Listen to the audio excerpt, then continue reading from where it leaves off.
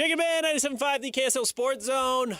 I hate to bug Steve as often as I've been bugging him, but every time we talk, something dramatic has changed at Utah over the last couple of weeks. So it is our Utah insider, Steve Bartle. What's going on, Steve? What's up, Ben? How you doing, man? Doing terrific. It did seem like Jason Beck was a done deal the second Kyle Whittingham got hired. Was that the impression you got, that this was always going to be the case? Yeah, I said last Friday on the podcast that after Kyle was made official to Michigan, that his top choices were Jason Beck and Jay Hill to fill those coordinator positions, and it sounded like that those guys were the top priorities for a reason. Those are the guys that Kyle knows best, and in these types of situations, it's important for new head coaches to bring guys that they trust, that they believe in, and so Utah did a lot the last couple of days to try and keep Beck here in Salt Lake City. Financially, Utah made a significant push to keep him here, to try and keep him here. It was, according to sourcing, it was a really significant offer to him financially to try and keep him in place.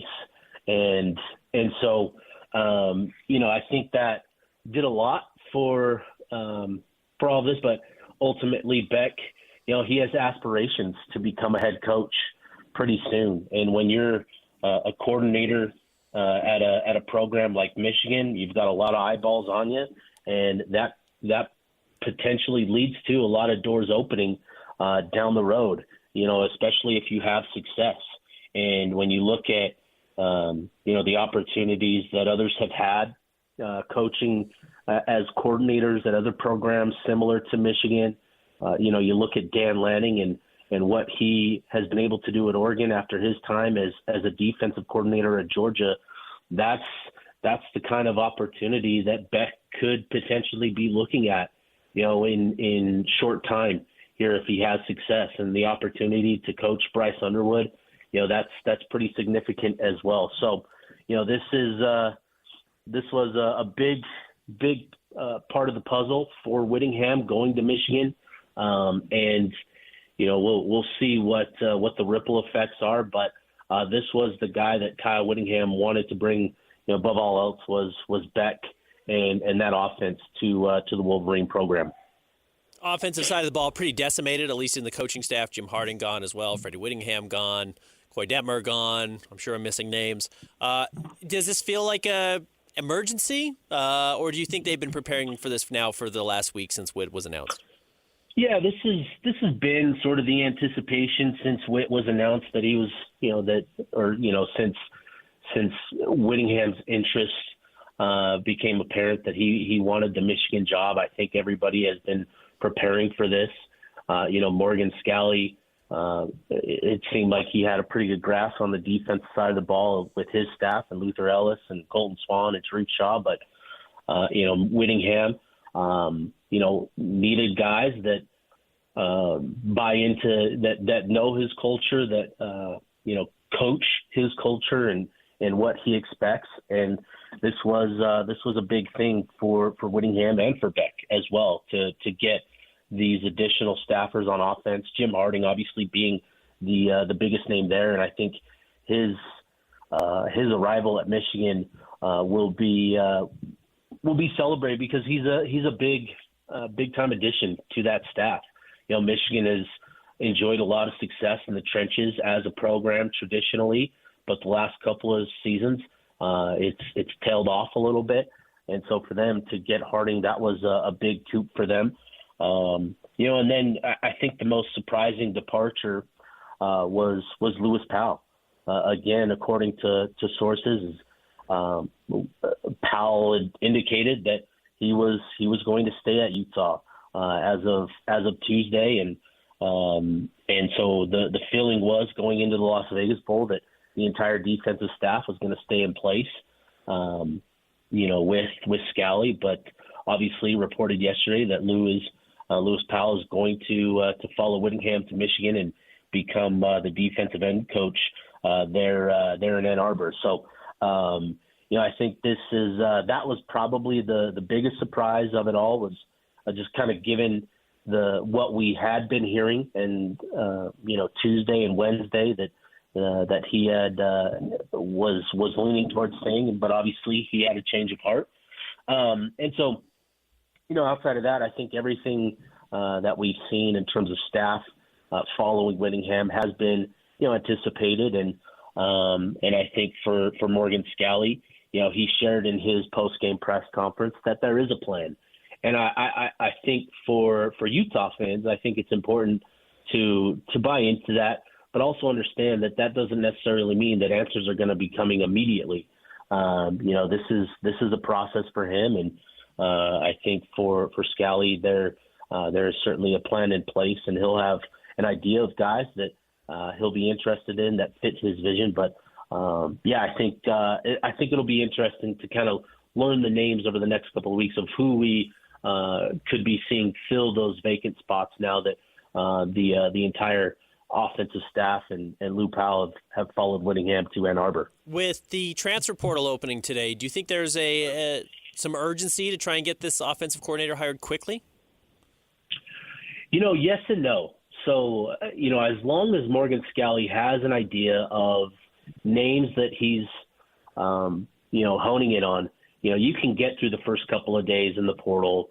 But ultimately, I do think he's going to need to have somebody sooner than later, right? You don't want to have – you want to have somebody in place to sell the vision a little bit more detailed, right? But I think Morgan has a vision of what he wants the offense to look like. He's looking for a coordinator that fits that vision. And early on, as you get into the portal and all of that, as long as you have that can get you by. But I do think, Scally is going to want to have people in place much sooner than later. But it's not – you would much rather take your time to get the right guy in place that fits your vision rather than a hurried hire just to have him in place, for the portal. And I think that's going to be kind of the mindset that Scally takes. But again, Scally knows what he wants on offense. And the vision there is, an improved passing game, one that, isn't just about production, right? Where you see the Texas Tech offense yesterday, or what was it, 2 days ago, yesterday, I think, against Oregon. No, I didn't see the offense, actually, Steve. I looked. I tried to find it. I couldn't see it. Yeah. And an offense like that, it's easy to put up numbers. It's spread out option, but it's a lot of simple things. It's screens. It's vertical routes. I think what Scally is looking for is, a quarterback and an offense that creates and demands, a passer that can make NFL type of throws. And you need that, like what we saw last night with Ole Miss and Georgia. Trinidad Chambliss, what he was able to do as a quarterback really, accounted for a lot. Georgia is still significantly more talented than Ole Miss, across the board. But a quarterback like Chambliss, who is able to make, NFL-level throws, and that's not just talking velocity and ability to throw the deep ball. That's, layered throws and fitting it into tight windows and fitting it over certain defenders. Making those types of throws, I think that's where Scally wants this offense to trend towards. And so that's going to be the vision. And he's going to be looking for, a coordinator that fits that vision. And that's going to be sort of the vision that he sells in the transfer portal. Well, what does that say about Devin Dampier and Bird Ficklin? Because that's not what we saw from them this year. Yeah, and I think, there's layers to this, right? Because of Devin Dampier's experience, there's value there beyond just an ability, beyond a throwing ability. And I think Devin Dampier showed yesterday that there's still talent there. There's enough there as a passer. He may not have the ability to push the ball 40, 50 yards down the field with tremendous velocity, but he can still make a lot of great throws. Bird Ficklin, I think there's a belief in him that he can become that type of passer.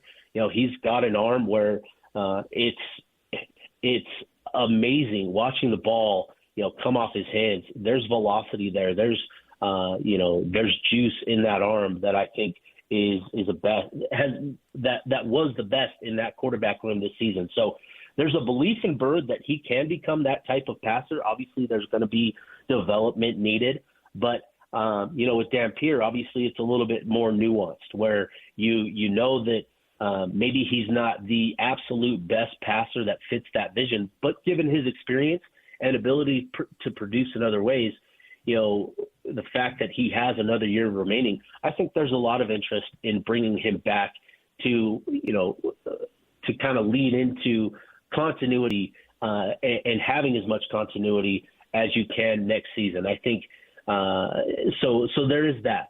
And so again, there's layers to this and different things to factor into the conversation. I think you can get by with Dampier. I shouldn't say get by, but I think you would enjoy having Dampier in place for another year, where then you can make that your point moving forward beyond Dampier. We have talked about A-Rod, that being a name that's been floated at Utah, and his relationship with Morgan Scalley certainly is obvious. Jonathan Smith is a name that seems to have emerged in recent days. Is that a name you had heard previously? And what do you think of that name? Yeah, I think, with Jonathan Smith, that name has been floated about the last couple of days. It's been, reported by some that he's been in Salt Lake City, and I haven't been able to confirm that. But, I think Jonathan Smith, if he ends up being the guy that, he makes a lot of sense in terms of how he would fit Morgan Scalley's vision. I think a lot of people think of the Oregon State offense, but I think you need to go back to his time as coordinator at Washington from 2014 to 2017, where you get a much better idea of what his offense would actually look like. And I think those Husky offenses, specifically in 2016 and 2017, were really dynamic. They were multiple. They had spread. They had pro-style formations. And so I think that all kind of fits what Scalley is looking for. But yeah, we'll see. I think, the next couple of days we'll learn a lot more about Jonathan Smith. But as of right now, I think, we'll see. I think things could be trending, an interesting way. But we'll learn a lot more about Smith over the next couple of days. John Henry Daly's in the transfer portal. Smith Snowden reportedly jumping in the transfer portal. Teo Johnson just being reported that he's in the transfer portal right now. How many names in total, or what percentage of the roster do you think Utah is going to end up in the transfer portal? And can you give me some context? Because I think you might throw out a number that shocks people when really it's probably more similar to what most rosters do. Yeah, I think there's you're probably going to see 30 to 40 players enter the portal from Utah this season. I think that's in the ballpark of what we'll see. So you're going to see some significant names when you have, turnover like this on staff. I think there's it's going to lead to a lot of players, maybe not less so the starters and all of that on the offense side of the ball, but probably a lot of depth and guys looking for opportunities. So I would anticipate there being a number of players that enter the portal from Utah, just again, kind of given the situation and the turnover here. But I think there's going to be a handful of guys that we see Utah hang on to that will be pretty significant as well. That will be key to Morgan Scalley and keeping all that in place. But yeah, I would anticipate there being a pretty significant number of Utah guys entering the portal. I think I don't want to say lazy, but perceived expectation would be that a lot of those guys are just going to Michigan. How many Utah targets do you actually think there are for Witt to take to Michigan with him? Yeah, I would probably say there's maybe 6, 7, 8, maybe I don't even want to say 10 guys, but I would say there's probably a handful of guys where you're probably looking at 6 or 7 that would actually go to Michigan and have a role, make an impact there. I think that's going to be kind of the number that we see, at least Michigan being in the mix for. Obviously, with Henry Daly, it's already been reported that there's interest there. With Smith Snowden, I would anticipate there being a lot of interest there. Teo Johnson as well. So we'll see. But, yeah, I would anticipate there being 6, 7, 8 guys and I don't mean to say it. I'm not trying to do the whole 6, 7. I swear I'm not trying to just apologize to everyone who's driving around with a 12-year-old in their car. I think that. I'm so sorry. But those are just the numbers. 6 to 8. I'll say 6 to 8 guys. 7 there or 8, we go. yeah, Sorry. something right in there. Steve, I'm sure you're doing it on your Carl, phone. dude, that pisses me off so bad that I'm sorry. I'm so sorry. Hey, Steve, more, I guess, enjoyable if you're a Utah fan conversation. They looked really good in the bowl game. That was a pretty low-stress bowl game. Outside of the opening 2 drives from Nebraska, Utah was dominant, and it certainly didn't look like the moment was too big for Morgan Scalley. No, definitely. I think that was a much bigger game than just your typical Las Vegas bowl game. Again, given the fact that it was Morgan Scalley's first game, I think there was a lot of interest in seeing how the team would perform. And, that group went out and they finished the season with a pretty emphatic punctuation mark on it. 44-22, doubling up Nebraska, who, is still a program that, yes, they've had guys that opt out that, announced that they're entering the portal or entering the draft and opted out of the bowl game. But that's still a program that has, a lot of talent, a lot of guys that have been in that program for a couple of years and they're still competitive. But and all that. But I think there's, it was good to watch that offense. And, we saw a couple guys really make, a big impact there and J.J. Buchanan and a handful of other guys. And I think, if you're Utah, I think J.J. Buchanan, with the way that he performed, he becomes a top priority for you as a guy that you want to hang on to. And so, we even learned some things in what we saw, what we saw a couple days ago. And I think there will be a lot of interesting dynamics that come to play over the next couple of weeks as Utah works to retain guys. I think, performances in that bowl game could be interesting in how Utah elects to kind of reshape and retool the roster.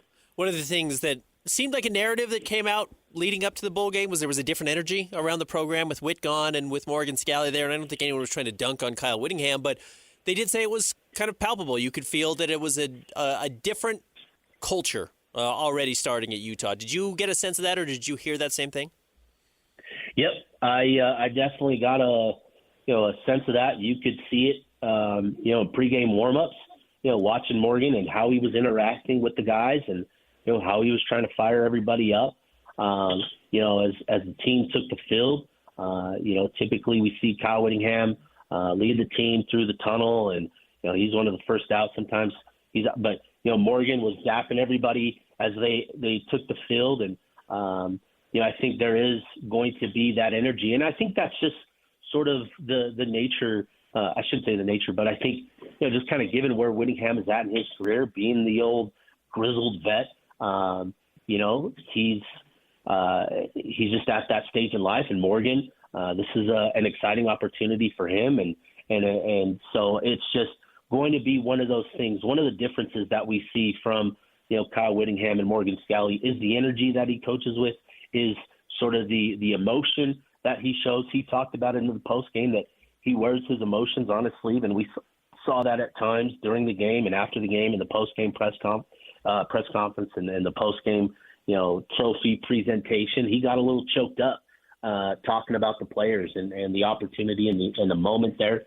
And I think that's going to be kind of a signature of this Morgan Scalley, tenure is that emotion and is that, focus on the players. That's something that he's harped on every time he's had an opportunity to speak, is that this is all about the players and, that it's bigger than one person. It's bigger than him. This is not a Scalley program. This is a University of Utah program. And I think that's going to be his mindset and what he tries to build moving forward. Steve, great stuff. I don't think you're getting a break anytime soon. I apologize for that. And the basketball season really kicks off now, so Alex Jensen has his work cut out for him as well. Appreciate you jumping on. Enjoy the family this weekend. We'll talk to you soon. Appreciate you, Jake. Have a good one, man. Does he not know who he was just talking to? Does he not recognize my voice from Jake's? No, he as I picked up the phone to sign off, he said he was reading something else. Yeah, I bet he was. He's incredibly busy. We are very appreciative for Steve to join us because his last 2 weeks have been nuts, ridiculous. Yeah. All right. He said, Ben, when he joined you, he said, "Hey, Ben." Oh, love Steve, honestly. No, it's a lot going on at Utah, so we will see which direction they go. And, I think Utah fans, again, this is what's really interesting.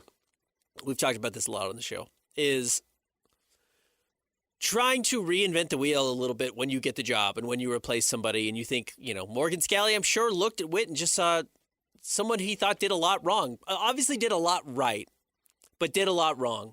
And one of the things you hear, which I'm sure Witt said this exact same thing not too long ago, was like, I want to have a quarterback that comes in and makes NFL throws.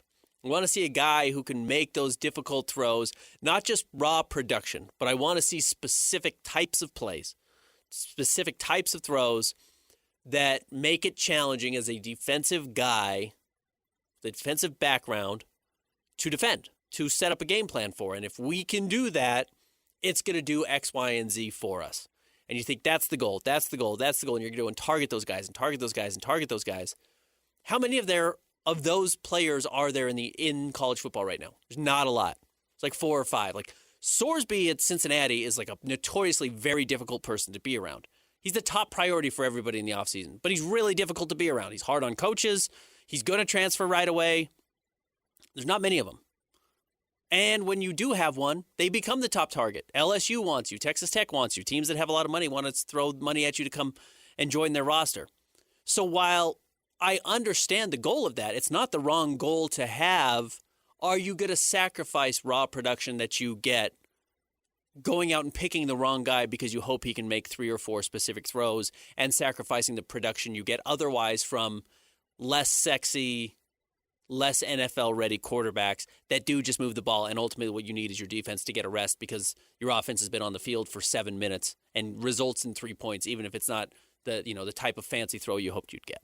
They just won 11 games with a quarterback that, frankly, was inconsistent throwing the ball at times. And not to say, that's the goal every year, but Utah has been a traditionally really good football team, especially during Kyle Whittingham's tenure.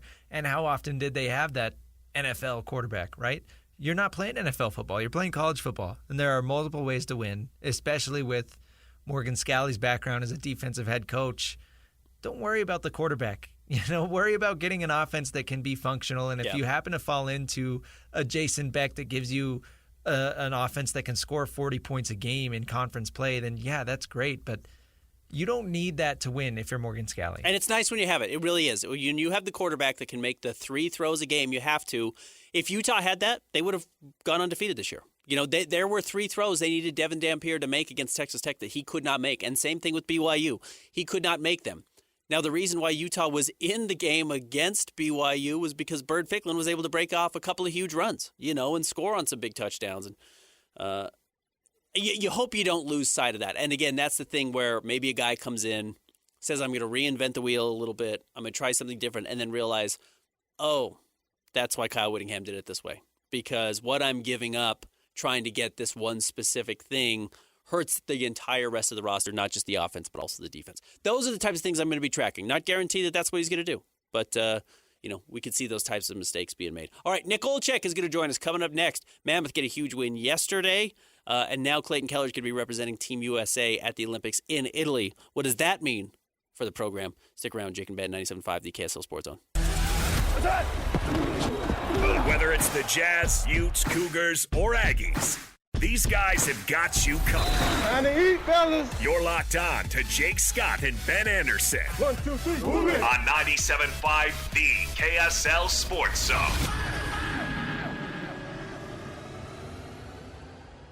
Jacob Band, 97.5, the KSL Sports Zone. You just heard from Cody Williams. We're going to talk a little Utah Mammoth hockey coming up here momentarily. I did think one of the things that was interesting, if you didn't catch his postgame, which I don't blame you, it was midnight on New Year's Day.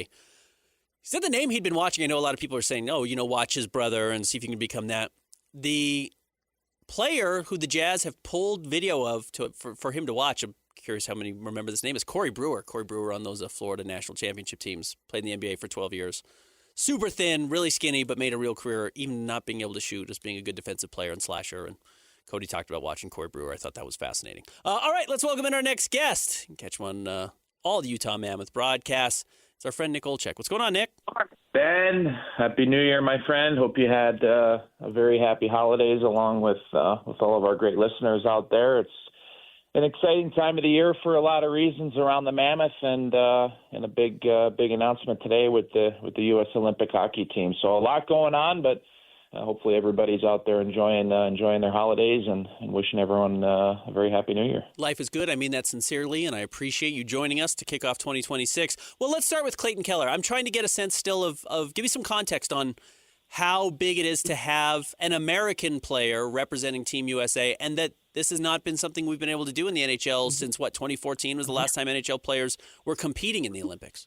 Yeah, it's been a dozen years. So first of all, credit to the National Hockey League players, the National Hockey League owners, Commissioner Gary Bettman, as well as the IOC, the International Olympic Committee, for coming together, first of all, and making sure that the very best players in the world who are the players in the NHL are allowed and able to play in the Olympics. And not sure if you know this, Ben, but back in the 1984 Olympics, the year, or I should say the Olympics after the Miracle on Ice in 1980, my dad made that Olympic team as the youngest player that year at 16 years old. Now, back then was when it was amateurs only, so there were not professional players playing for Team USA.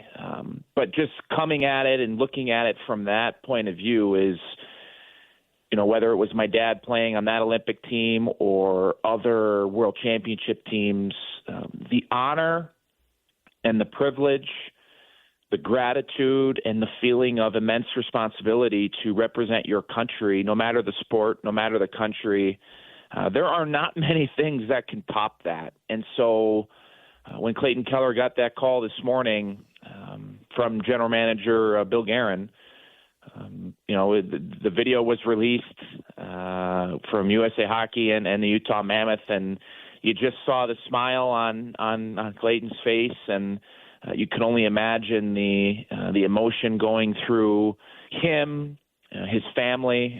Considering that he was not chosen to represent Team USA for the Four Nations face-off.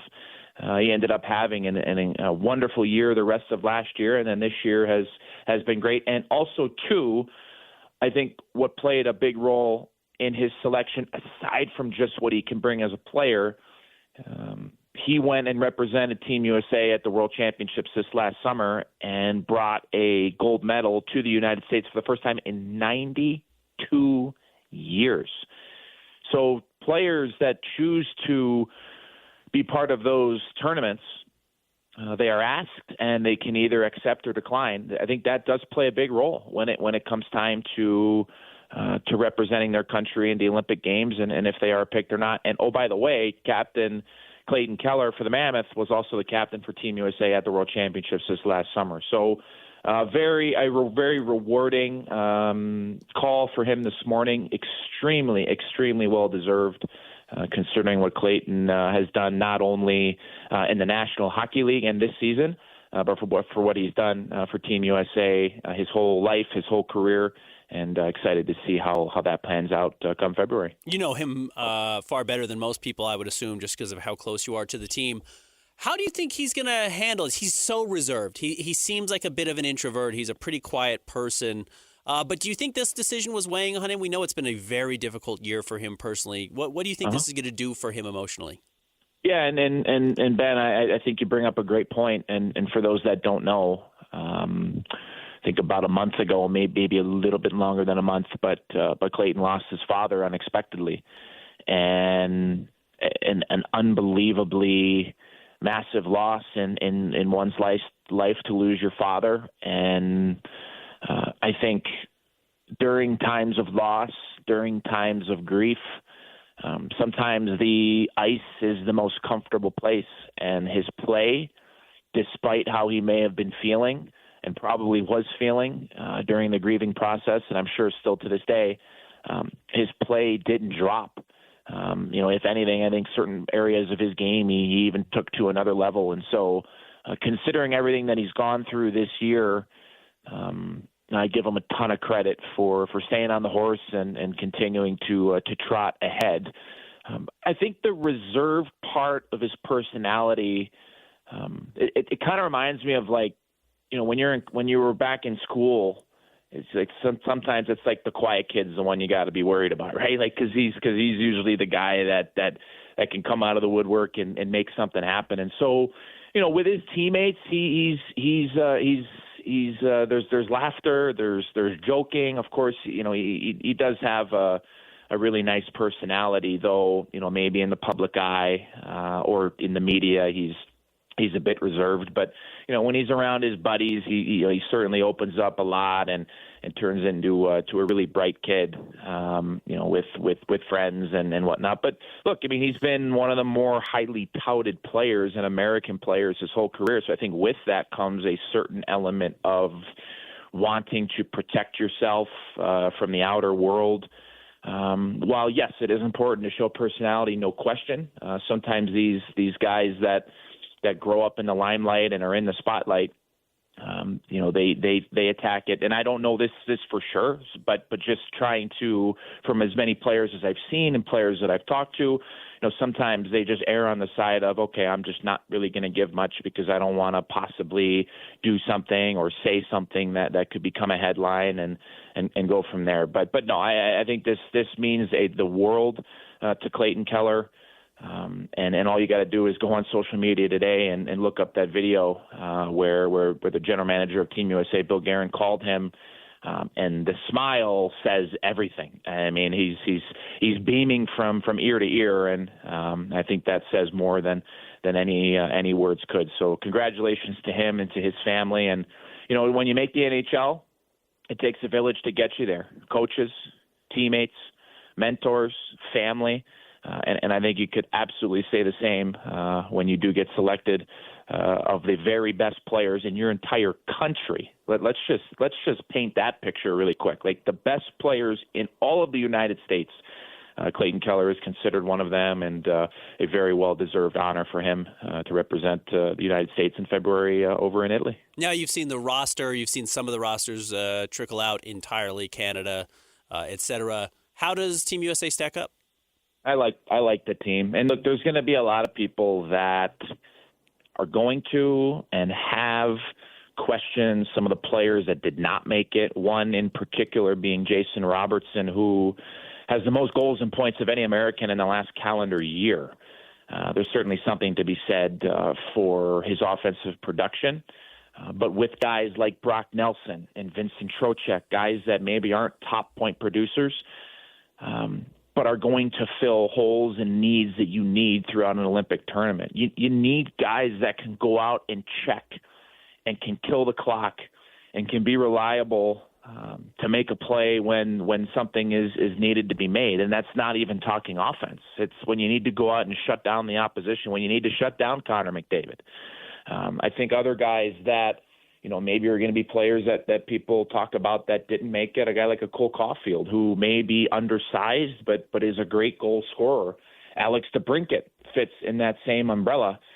And then some of the new players that did make it, very exciting. Of course, we mentioned Clayton Keller. How about Seth Jones? He was not a part of Team USA at the Four Nations face-off, but a guy that plays 24, 25 minutes a night, and has great size playing for the Florida Panthers in the NHL. And great to see Tage Thompson making it as well. He was part of the team, the World Championship team this past summer, who helped the United States win their first gold medal in a long, long time. And you want to talk about a guy that has the size to be able to grind it out. but also the unbelievable ability to shoot the puck. He is an excellent flank player in terms of looking for a one-timer. At one point in his career, shot the puck 104 miles an hour, so that'll certainly help. And great hands in tight spaces. And if these games do become a grind, which I think they will, with his size and the skill in tight areas, I think Tage Thompson will be a guy that really will excel and thrive in those areas. But I think when you look at Team USA, Ben, I look at the defense and the goaltending. I think that's where they really have a massive upper hand on other teams. So you look at the defense core. Jacob Slavin, one of the most underrated defensemen in the league. And if the Norris Trophy for the best defenseman in the National Hockey League was given to truly the best defenseman, which I do hope one year there will be the best defensive defenseman and then the best offensive defenseman, because a guy like Cale Makar is going to win that many, many years. But I think Jacob Slavin is one of the best, if not the best, defensive defenseman in the entire league. He'll play a huge role. Brock Faber on the team as well. You could go down the list. But the goaltending, that's, I think, where USA can separate themselves from everybody else. Jake Ottinger, Connor Hellebuck, and Jeremy Swayman, the same three they took to the Four Nations face-off last year.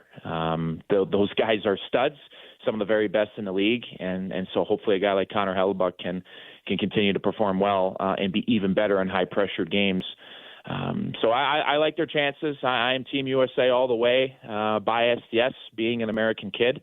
But I think just when you look at the team, I do think they have enough skill, but they've also got some guys lower in the lineup who are going to be able to go out there and check the opposition and try to make sure that the other team's offensive players don't get any looks on a consistent basis. Yesterday's game was terrific. It was really fun to watch. Nice to see them build a 3-1 lead and then a 5-1 lead and really coast to an easy 7-2 victory.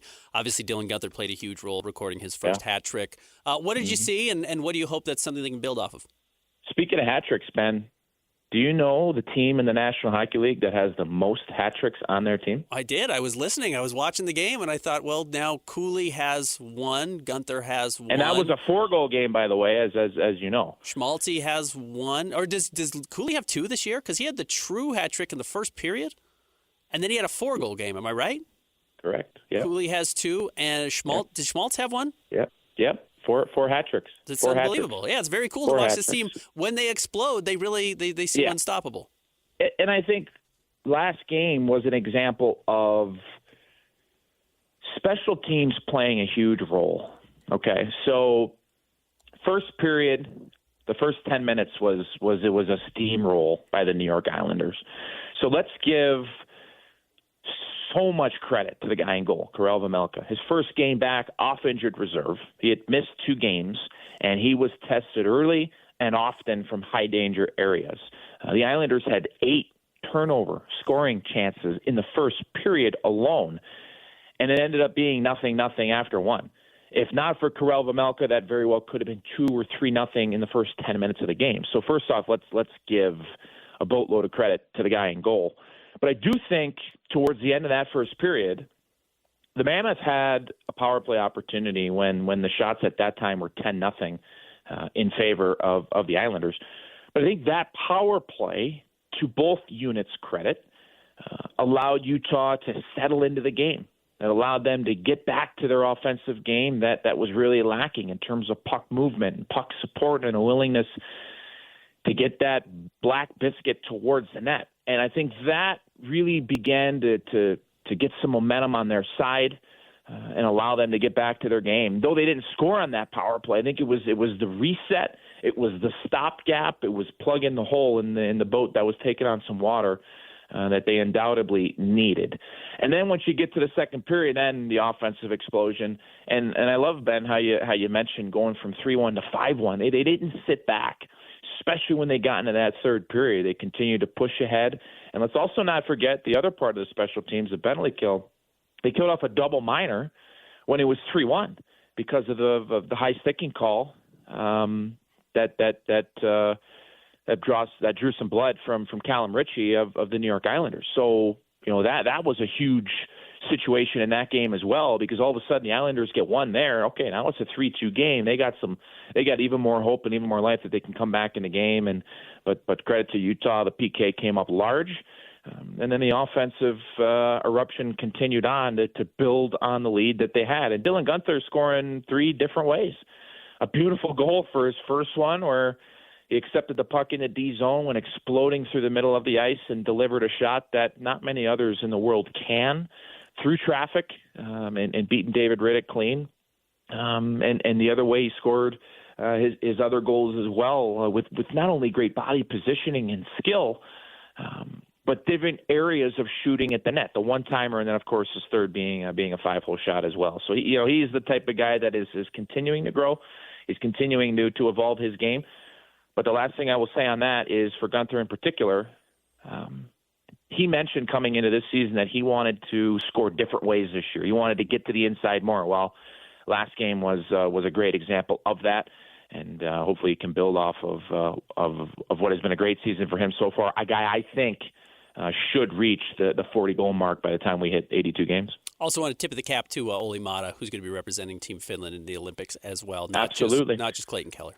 Absolutely, and two, whenever everything else continues on to get announced, I mean, there's no doubt that Karel Vejmelka will be representing Team Czechia, and so great to have some Olympians represented here for the Utah Mammoth, very well deserved, and hopefully those guys can go over, perform well, and come back and get ready for an excellent end to the NHL's regular season. Nick, Happy New Year. Enjoy another couple of good games we got coming up here right on the horizon, including these afternoon games, which I love about the NHL.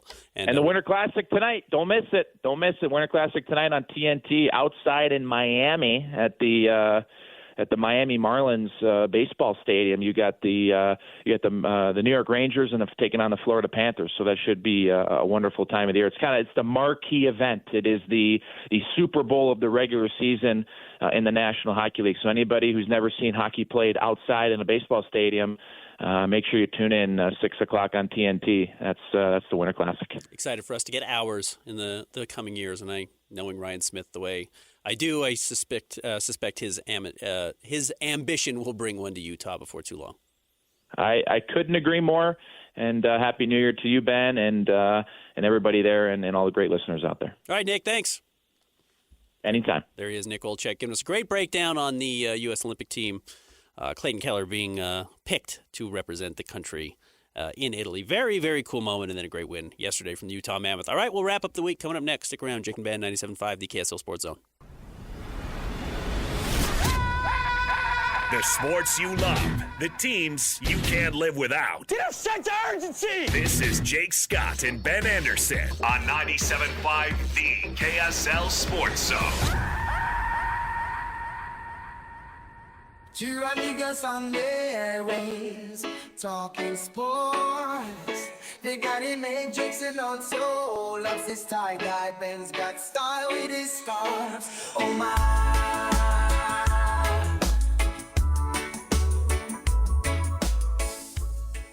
Appreciate you jumping on. Enjoy the family this weekend. We'll talk to you soon. Appreciate you, Jake. Have a good one, man.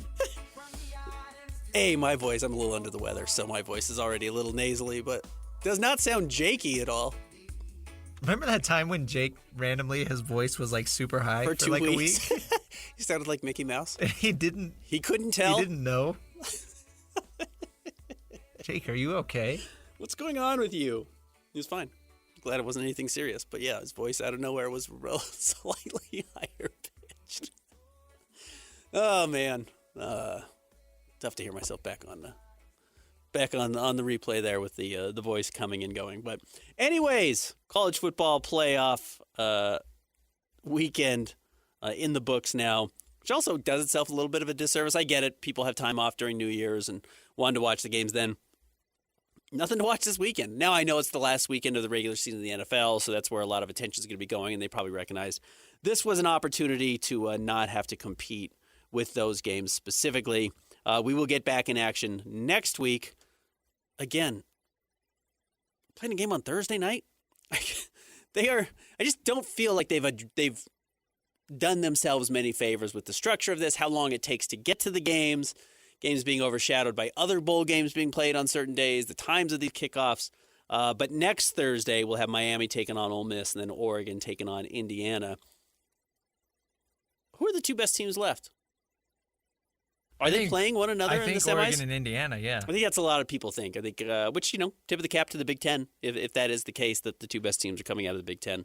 I do think most people probably think Indiana, Oregon. Indiana only a 4-point favorite in that game. That's a little bit surprising. How about Miami, a 3-point favorite over Ole Miss going into this game? I was really impressed with Ole Miss yesterday to fall behind early, battle back, take the lead. I thought the refs really did not do them any favors at all, especially late in that game, missing 2 face mask penalties, including one that drew a penalty on a pass interference from Ole Miss to still come back and have the moxie, the composure to lead that final drive to kick the game-winning field goal was extraordinarily impressive. But this is certainly Indiana's tournament and playoff to lose at this point. And the reason they haven't lost this season.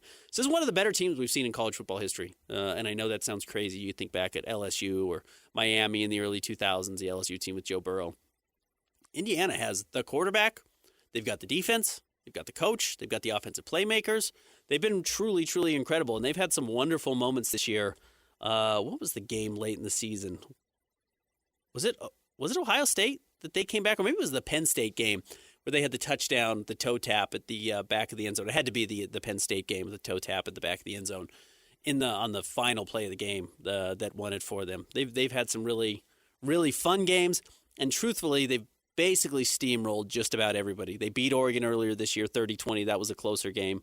But otherwise, a lot of 38-13s, 50-6s. They've been on the right end of a lot of lopsided victories. Yeah, and Mendoza caps it off, winning the Heisman. So, I mean, if they can go undefeated, that is a very special feat. I also like that he's a bit of a dork.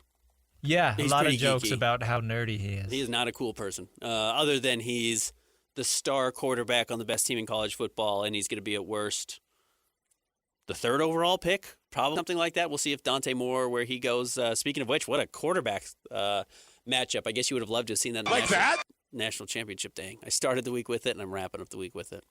But to get Dante Moore and Espinoza, that's your name, Mendoza. Jeez, sorry, late in the year. Mendoza, you're going to play Espinoza. Esparza. Mendoza playing head-to-head is going to be great. It's going to be great to watch. Yeah, I do hope whoever is in the championship is an exciting matchup, because it does seem like Indiana-Oregon is certainly more interesting than whoever will be in the championship game, because whether it is Indiana or Oregon that moves on, again, like Ole Miss and Miami could be fun stories, but I just don't see them competing against 2 other teams that have looked really, really good. Now, Ole Miss did just beat Georgia, which was a huge shock. They did. They're not going to be favored. Whoever comes out of the Oregon-Indiana game is going to be favored because of the quarterback play largely, but also great defenses. Oregon shutting out Texas Tech was certainly not completely unforeseen. We know Texas Tech has not had the most dynamic offense this season, but to be able to move the ball pretty steadily, I thought, over the second half of the game, or certainly in the fourth quarter, as they kind of broke the backs of the defense of Texas Tech, which had to do all the work throughout the game, was very impressive. So credit the teams that have advanced, though I'm not sure this is the playoff that the playoff committee hoped they would be getting. I'm not sure this is the semifinal they hoped they would be getting. Certainly would have preferred to have one of Georgia or Alabama, I think, still playing at this point. Or Ohio State, too. Ohio State's yeah, I mean, whatever happens, I do think I want to see changes next year with the format. I think having almost the entire month of December off is completely unnecessary. Let's do maybe a week, right? And then just jump in this playoff thing, because it feels like it's been dragging on, and it's too long. If you need 10 days, I get it. That's a little bit of extra time to organize travel, get everybody on board. But, yeah, it can't be 2 weeks. It can't be 18 days before some of these teams with a bye week play. That's absolutely absurd, and I don't think it's helped those teams at all. Look, if you're good, you win. Indiana got the bye week and still steamrolled Alabama. Good for them. They were just a much better team. And maybe the college football playoff is proving they don't know how to identify who the actual best teams are. And I get it. If you win your conference championship game, you're going to have a higher likelihood of getting that bye. Texas Tech got the bye. Indiana gets the bye. Georgia gets the bye. They all won their conference championship games. Ohio State didn't. But if you're good, you should be able to win. But I also think we're recognizing that the College Football Playoff Committee can try and predict what's going to happen, can try and seed it accordingly, and they're not going to be able to really get an accurate understanding of what's going to happen until these teams are on the field, which I guess is the argument for the playoff in the first place. But I'm not sure we've gotten more clarity of who the best teams in college football are because of this, certainly based on the seeding. All right, that'll wrap up the week. Hans and Scotty coming up next. Jake will be back with us on Monday. Thanks, Christian. 97.5, the KSL Sports Zone.